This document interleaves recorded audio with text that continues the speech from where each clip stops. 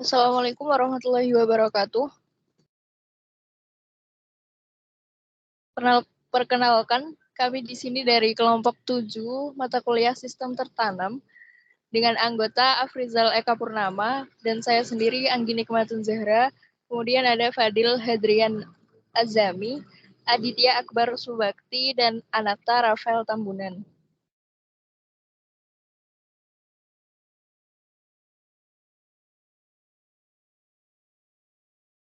Perkenalkan, saya menyampaikan latar belakang pembuatan tugas dari kelompok kami ini. Atas dasar penanganan masalah keamanan oleh manusia ini, kami berinovasi menciptakan sebuah sistem operasi berbasis IoT yang diimplementasikan sebagai sistem untuk memonitoring suatu barang dengan menggunakan ultrasonic sensor untuk mendeteksi jarak dari sebuah barang, dan juga menggunakan fotoresistor atau LDR sensor untuk mendeteksi cahaya di sekitar barang. Jadi tujuan kami menciptakan sistem keamanan cerdas ini semata-mata untuk membantu dan menjadi solusi atas permasalahan keamanan yang masih menjadi masalah serius di kalangan manusia. Dengan mengembangkan teknologi sistem operasi yang tentu tidak mudah dan memerlukan beberapa langkah untuk ditempuh hingga berhasil diciptakan, semoga sistem ini dapat bermanfaat menciptakan kemudahan bagi manusia, khususnya dalam menangani masalah keamanan. Dasar teori pembuatan tugas dari kelompok kami ini adalah yang pertama mengenai sistem operasi, yang merupakan sistem yang terdiri dari berbagai komponen kerja yang digunakan untuk memanfaatkan suatu mesin. Yang pada dasarnya setiap mesin pasti memiliki sistem untuk mengoperasikannya. Dan sistem operasi ini berbasis IoT atau Internet of Things yang memiliki arti bahwa suatu sistem diciptakan dengan internet.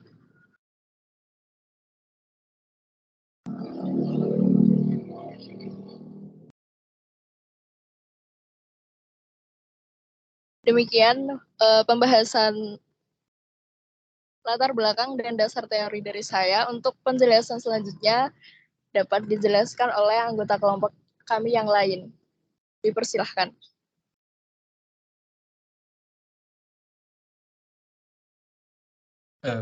Baik, presentasi saya ambil alih. Di sini saya akan menjelaskan tentang blok diagram ya. Jadi di blok diagram ini dibagi menjadi dua, yaitu rangkaian kontrol dan juga IoT connection. Nah, pada mulanya kami menggunakan dua sensor, yaitu sensor ultrasonik yang menggunakan suara dan juga sensor fotoresistor LDR sensor yang menggunakan sensor cahaya. Nah, dari kedua sensor tersebut itu akan nyambung ke Arduino Uno-nya, yang dimana akan berlaku sebagai hardware-nya, sebagai otak atau sebagai board yang dimana akan berfungsi sebagai otak dari alat kami ini. Nah, di sini Arduino nyambung ke relay yang sambung ke alarm, yang dimana relay adalah berfungsi sebagai titik on off dari rangkaian kami yang nyambung ke alarm. Di sini ada juga ISP yang dimana digunakan untuk mengkonekkan alat kami ini ke dalam WiFi. Nah, jadi nanti dari WiFi akan nyambung ke device-device yang sudah terkoneksi ke alat kami ini. Boleh di next langsung.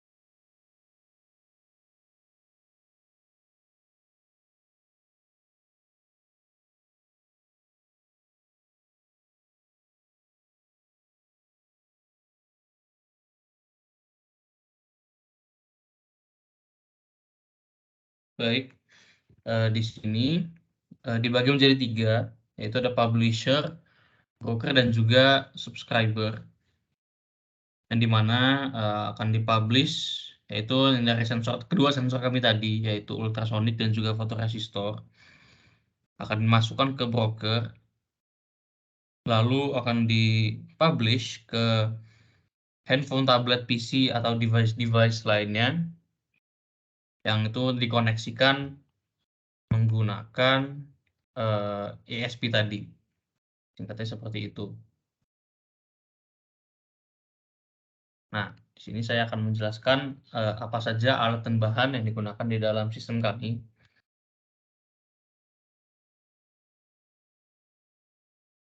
Nah, yang pertama namanya ini adalah Arduino Uno. Arduino Uno adalah board yang berbasis microcontroller Atmega 328. Nah, dia di sini berfungsi sebagai pin-pin yang digunakan untuk mendukung microcontroller yang digunakan hanya untuk terhubung ke komputer dengan USB atau sumber ketegangan atau baterai untuk menggunakannya. Jadi fungsinya ini seperti motherboard kalau di dalam PC ya, teman-teman. Lalu bisa kita next. Alat selanjutnya yaitu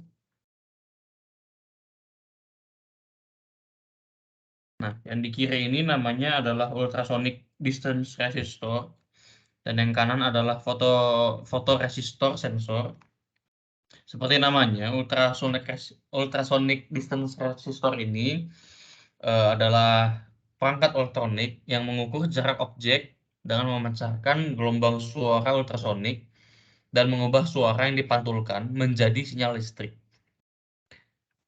Lalu yang kanan ini adalah fotoresistor sensor yang dimana menggunakan suatu komponen elektronika yang sensitif terhadap cahaya. Jadi dia ini sensor cahaya yang seperti ketika dia menerima cahaya, maka nilai resistensi pada komponen ini akan berubah dengan intensitas cahaya yang diterima. Jadi on-off-nya itu seperti menggunakan cahaya. Lalu alat kami yang selanjutnya adalah relay SPDT. Relay ini adalah fungsi seperti saklar yang dioperasikan secara elektrik. Jadi dia seperti dalam sistem kami menggunakannya sebagai tanda on-off-nya dalam rangkaian ini gitu. Nah, selanjutnya rangkaian selanjutnya adalah sistem ESP.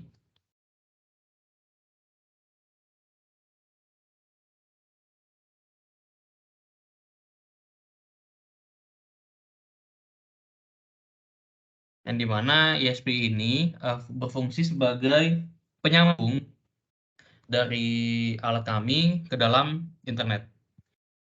Jadi disambungkannya menggunakan internet yang berbasis microcontroller. Nah, yang ini adalah LED atau light emitting dioda yang adalah sumber cahaya standar yang digunakan untuk memancarkan cahaya. Jika dia mati atau tidak ada arus listrik, maka dia akan mati. Tapi jika ada arusnya, maka dia akan menyala. Seperti itu. Lalu next-nya adalah kami IFTTT. Ini adalah sebuah website situs layanan yang memungkinkan untuk melakukan action atau aksi di dua atau lebih aplikasi, device, dan layanan yang berbeda secara otomatis. Istilah IFTTT ini merupakan singkatan dari if this dan that, yang dimana kata this mewakili aplikasi utama dan that mewakili aplikasi sekunder yang akan dihubungkan. Nah, lalu dengan IFTTT ini kita dapat menghubungkan satu layanan dengan layanan lainnya melalui perintah tertentu.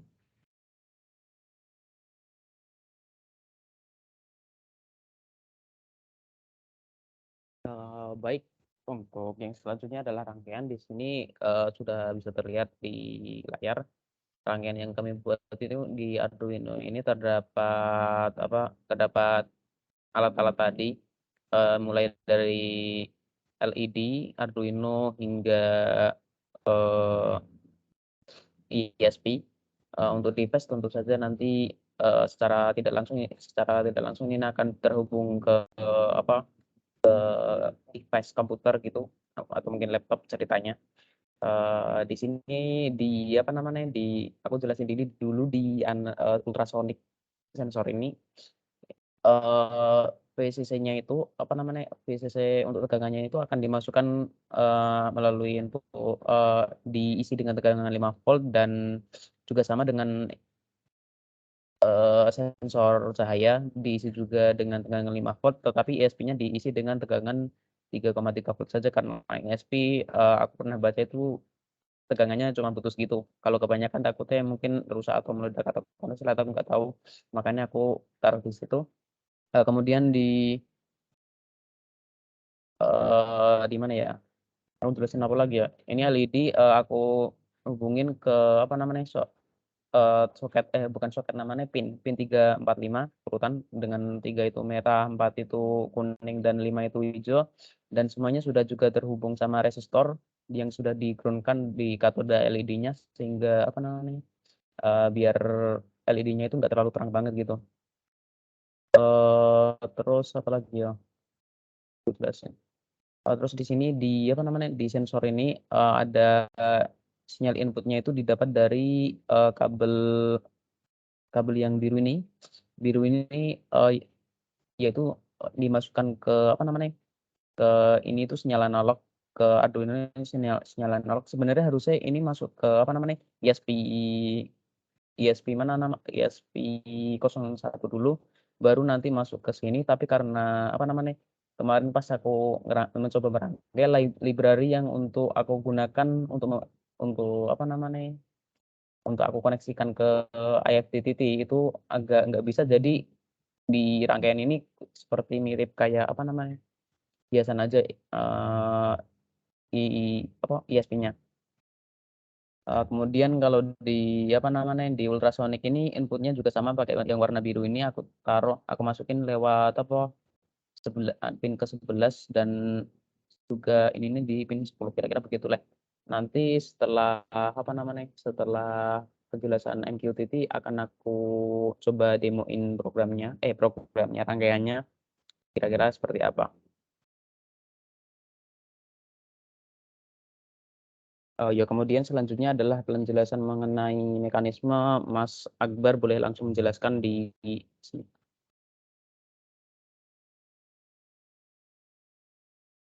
Baiklah, kemudian untuk mekanisme komunikasi sistem, jadi pada sistem ini digunakan 2 sensor untuk mendeteksi keberadaan barang yang akan diletakkan, yang mana barang ini adalah barang yang akan menjadi objek perlindungan. Yang pertama, sensor cahaya akan diletakkan di bawah barang dan sensor jaraknya, sensor ultrasonik akan diletakkan antara di atas maupun di samping barang. Sensor cahaya yang mana merupakan sensor fotoresistor tadi diletakkan di bawah barang dengan tujuan untuk menutupi cahaya dari atas barang tersebut, sehingga bila mana barang tadi hilang, maka sensor fotoresistor tadi otomatis akan menerima cahaya dari lampu di atas barang. Dan dengan menerima cahaya dari atas barang itu, sensor fotoresistor tadi, maka dapat dipastikan bahwa barang tersebut sudah tidak ada pada tempat yang seharusnya. Kemudian sensor ultrasonik ini berfungsi untuk mendeteksi keberadaan jarak barang dengan sensor.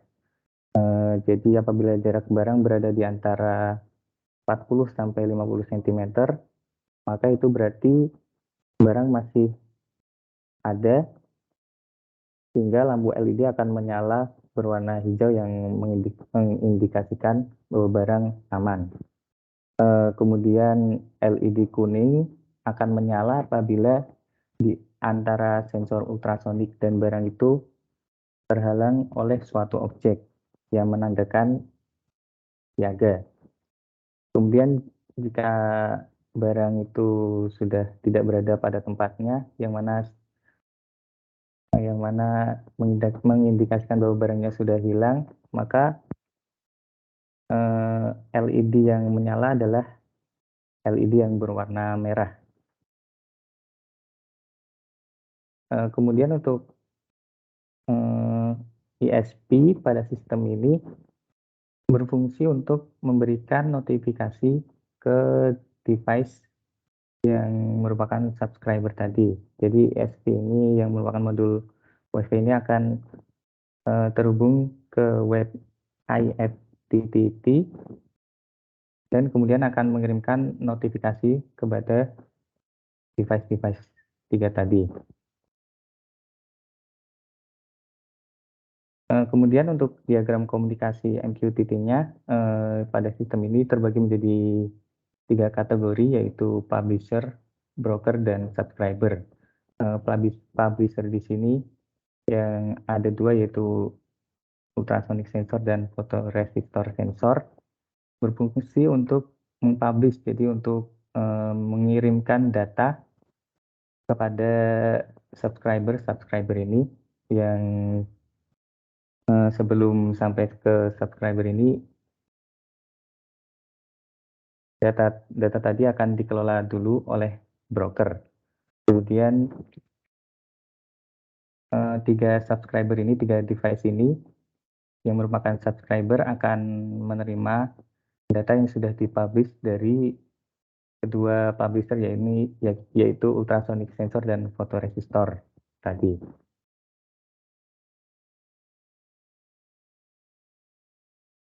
Demikian untuk mekanisme komunikasi sistem. Bisa dilanjutkan dengan prosedur MQTT-nya oleh Mas Fadil.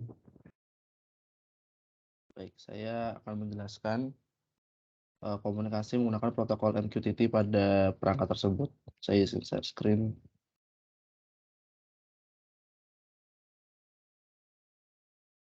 Jadi sebelum memulai komunikasi MQTT, pertama diperlukan aplikasi Mosquito yang sudah terinstall dan sudah pada program CMD, direktori sudah mengarah pada lokasi dari file tersebut.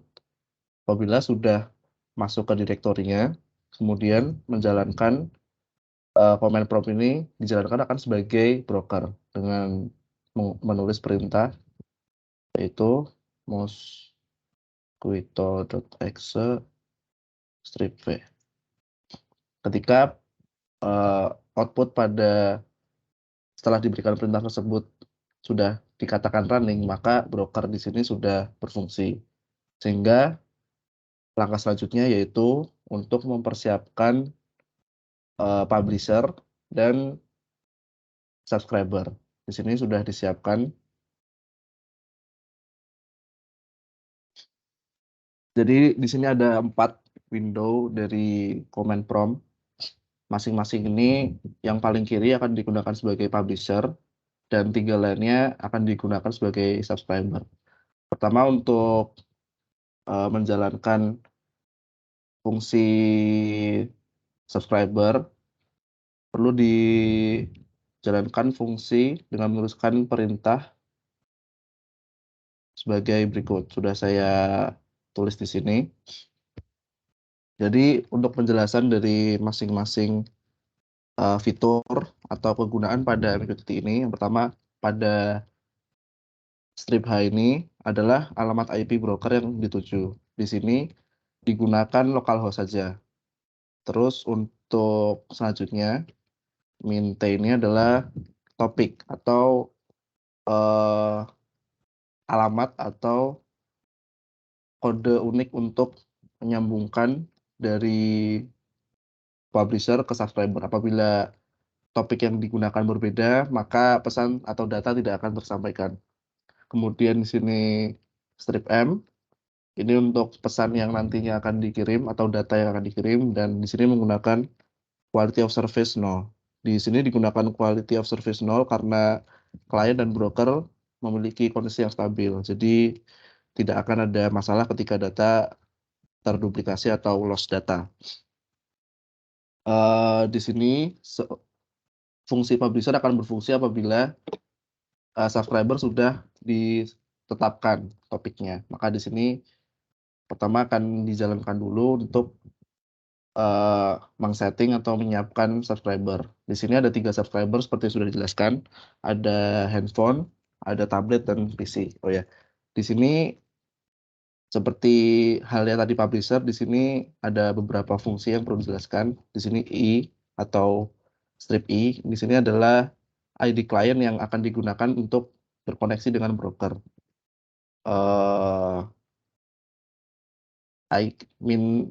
Strip I ini juga digunakan untuk menyiapkan agar bisa menjalankan persistent session. Ya, persistent session di sini dijalankan dengan parameter strip C. Strip C ini adalah parameter untuk menggunakan persistent session karena untuk menghindari clean session yang apabila secara default akan menggunakan clean session itu akan membebani klien karena resource-nya terbatas. Sehingga digunakan ini agar broker bisa menyimpan informasi-informasi yang berkaitan dengan klien dan menghindari adanya gangguan karena klien terbebani. Di sini ditandai dengan tadi tanda ID-nya juga. Di sini menggunakan alamat broker yang sama, localhost, dan selanjutnya topik yang ditentukan sesuai dengan kebutuhan. Di sini untuk ID handphone, di sini spesifik untuk menerima data dari sensor ultrasonik pada ruangan 1, sehingga topik yang digunakan di sini adalah ultrasonik dan room 1. Selanjutnya untuk perangkat tablet, di sini disimulasikan bahwa tablet ini menerima semua data dari semua sensor pada ruangan 1, sehingga di sini menggunakan fungsi pada MQTT, yaitu fungsi wildcard single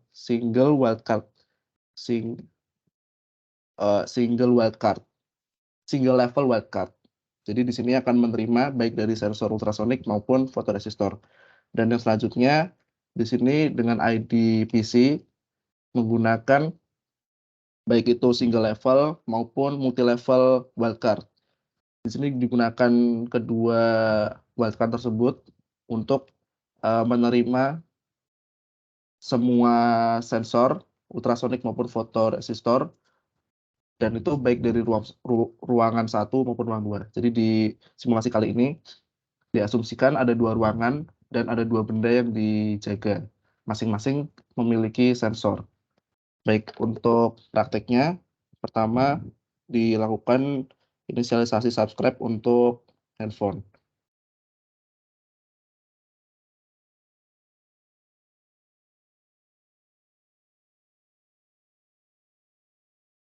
Untuk handphone sudah nyala, sudah terkoneksi.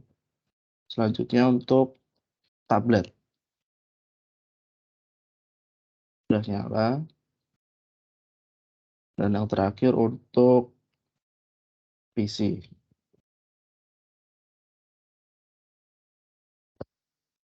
Semuanya sudah terkoneksi.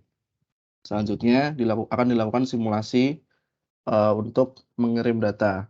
Di saat ini akan dicoba untuk ultrasonik pada room 1. Seharusnya nanti subscriber yang menerima adalah PC dan handphone. Di sini dicoba untuk pesannya adalah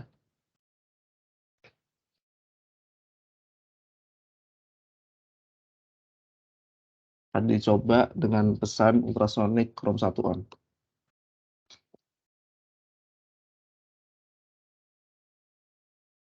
Maaf tadi untuk tablet juga menyala karena di sini menggunakan single layer untuk room 1. Jadi semua sensor yang akan dinyalakan datanya akan terkirim juga ke tablet. Jadi di sini bukan hanya dari handphone dan PC, melainkan juga tablet akan menerima data tersebut. Terus selanjutnya dicoba untuk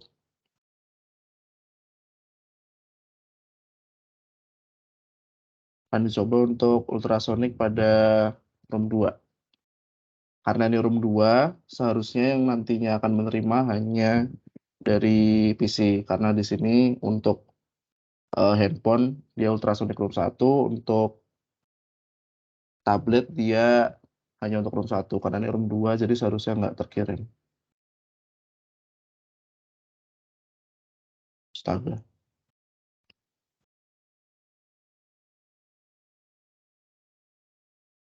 Sini coba pesannya ultrasonic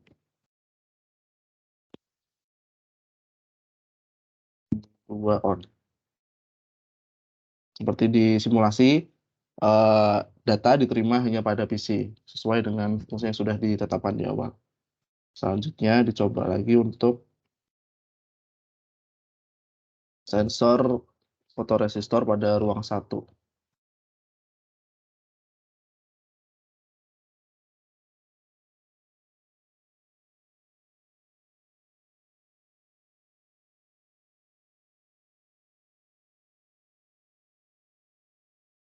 Di sini yang menyala adalah data diterima pada tablet dan PC sesuai dengan fungsi yang sudah ditentukan. Selanjutnya, yang terakhir itu adalah fotoresistor pada room 2. Seharusnya yang menerima hanya subscriber PC.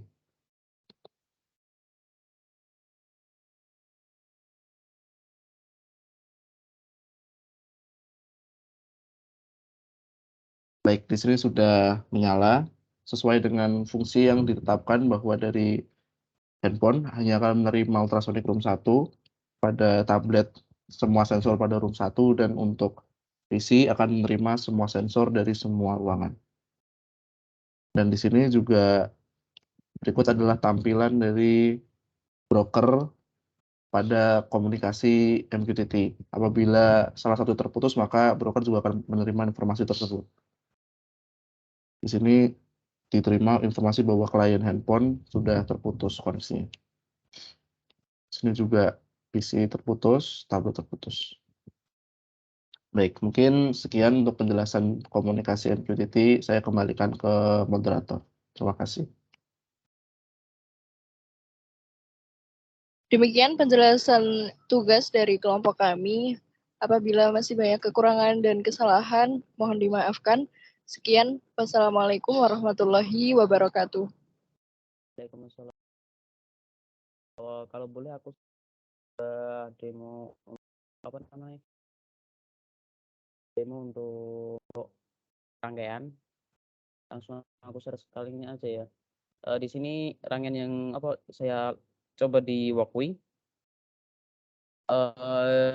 Di sini kalau misalnya sensor saya mendeteksi lux lebih kurang dari atau sama dengan 5.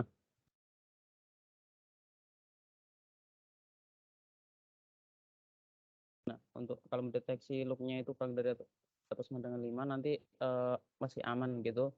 Jadi lampu merah akan mati. Terus kalau misalnya sensor ultrasonik itu apa mendeteksi jarak antara 40 sampai 50 lampu hijau yang menyala. Tapi kalau misalnya kayak ceritanya keganggu apa ketatap apa sensornya itu dilewati orang gitu, nanti akan kuning dulu atau mungkin diapain gitu. Kalau misalnya lebih juga akan kuning, tapi kalau misalnya 40 sampai 50 akan di hijau. Kemudian di sini kebanyakan kodenya masih prototype, alias belum sepenuhnya jadi karena library-nya dari ESP di ESP8266.wifi.h itu belum ada di Walkway, dan pokoknya tiga library ini belum di-support. Untuk di sini sudah tertulis juga pokoknya di source code yang sudah saya tulis di laporan itu semuanya sudah saya tulis keterangan fungsinya untuk apa saja. Contohnya kedua hal ini untuk inisialis diakses nanti. Kemudian ini kalau misalnya udah ada library-nya nanti bisa mulai koneksikan ESP bisa otomatis koneksi WiFi dengan SSID dan password yang sudah disimpan tadi. Terus kalau misalnya apa belum terkonek nanti akan mengasih delay selama 10 detik biar ada delaynya gitu pokoknya lah. Terus di sini kalau misalnya ada sensor cahaya mendeteksi orang, nanti wifi-nya itu bakal apa namanya dicek dulu apakah terkoneksi apa enggak. Kalau misalnya terkoneksi nanti akan ngirim suatu data ke linknya webnya IFTTT yang nantinya di sini key-nya itu akan kita dapatkan setelah lakukan pendaftaran dan lain-lain yang mirip seperti ini kira-kira. Yang nanti data setelah dikirimkan ke situ nanti IFTTT akan mengirimkan data ke ponsel kita menjadi notifikasi, kira-kira seperti itu. Dari percobaan saya, aku tutup. Wassalamualaikum warahmatullahi wabarakatuh.